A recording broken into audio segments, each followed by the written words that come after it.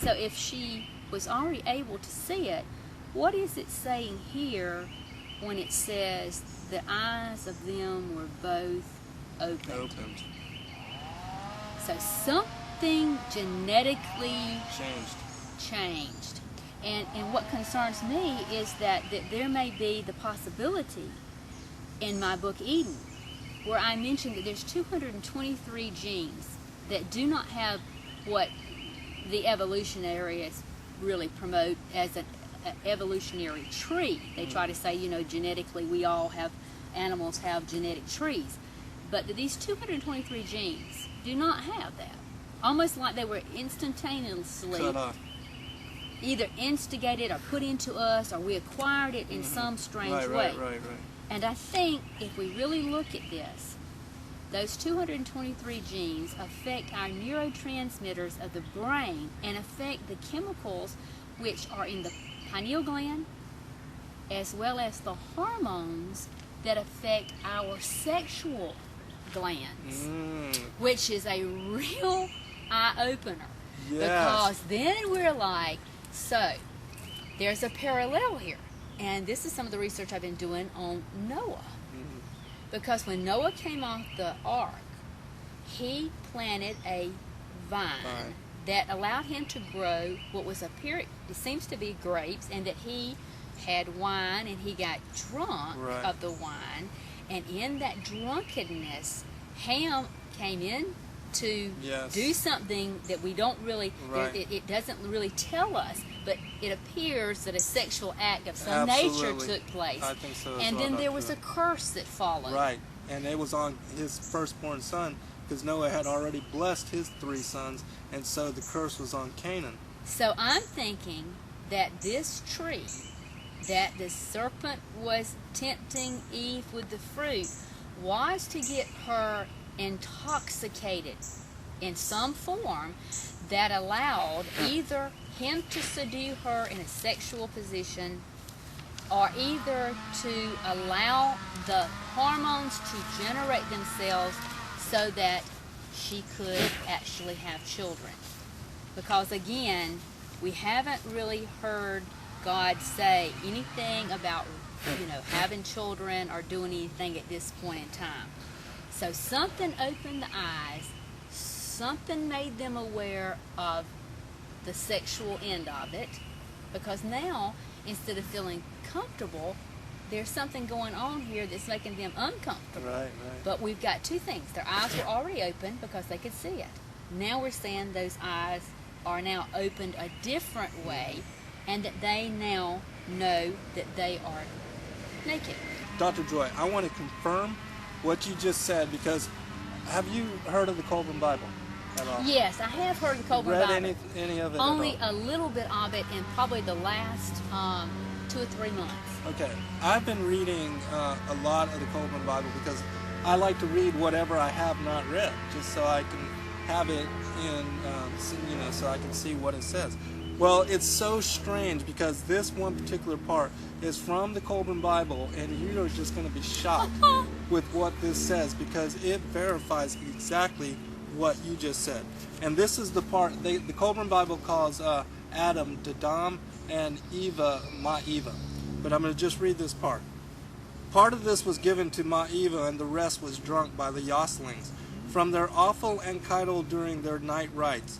When the morning came, they were all smitten with grievous pains, and before the sun set that day all the Yoslings were stricken with a sickness, such as they had not known before.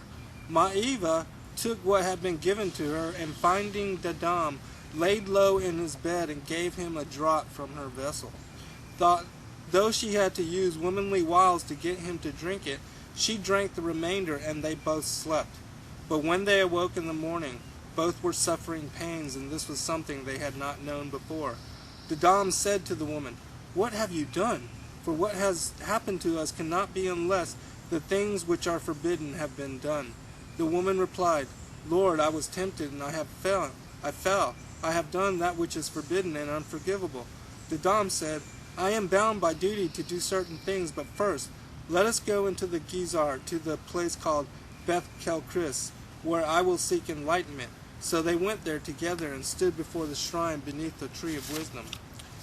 There they were filled with an inflowing vision, seeing themselves as they were and as they should have been, and they were ashamed.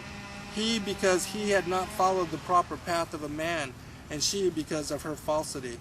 There, in the reflecting mist, the contamination of the woman was revealed, and the man's heart shriveled within him like a flower licked by a flame. Then they saw a great spirit being materializing in the reflecting mist, and he said to them, "Woe to you and your house, for the greatest of evils has befallen the race of the children of God, and it is defiled. The heritage of Katahampa," I don't know what that is lost. The fetid flow defiling the woman results from incompatible intermingling, but it is not all, for sickness and diseases were also generating from the ferments of this impure implantation.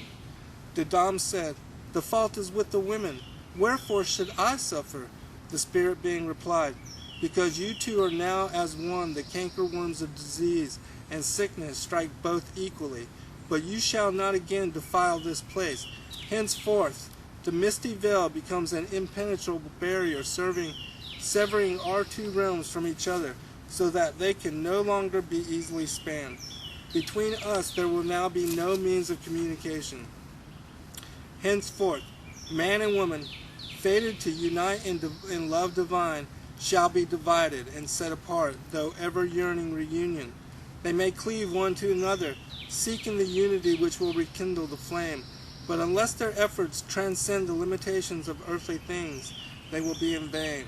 The spirit of man is now severed from the whole and cast again into unconsciousness, and it too shall long for reunion with the whole. The spark shall seek to return to the fire, for otherwise it becomes nothing." The last part here. "The web of fate is rewoven and the paths of destiny remade. The design of life is redrawn. Again, the progression begins in ignorance. Birth, death, pain, pleasure, joy, sorrow, success and failure, love, hate, peace, war, all the light and shade, the many hues making the splendidly intricate pattern of life on earth. This is a new beginning, but a beginning not in purity and unencumbered, but one already weighted with debts and burdens." And the thing I found most interesting is that she was giving Adam a draught. They both passed out, they woke up, they had been raped, and it says that the fetid flow defiling the woman results from the incompatible intermingling, but it is not all, for sickness and diseases are also generating from the ferments of this impure implantation. So even with Dr. Joy not ever having read the Coleman Bible, and me just coming to this recent revelation, here the Lord again is giving us discernment and confirming what she's telling you with something that I found in the extra biblical text. I had someone send me the Coleman Bible, and I had just kind of flipped through it because I read so much that I was like, okay, I've got to get to this, and I even have that. But I cannot wait to get home to read the whole thing, because again, in looking at the parallels between this and what happened to Noah and the curse and the drunkenness, it only makes sense as to that something really happened that changed us or allowed the serpent to take advantage of a situation.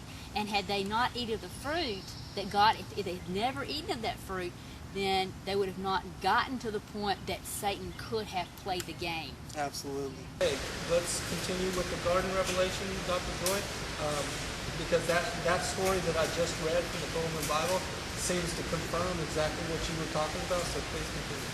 Well, I think that's the thing that interests me the most, is that it appears that there have been other documentary or other documentation, let's say, of something happening in that garden that really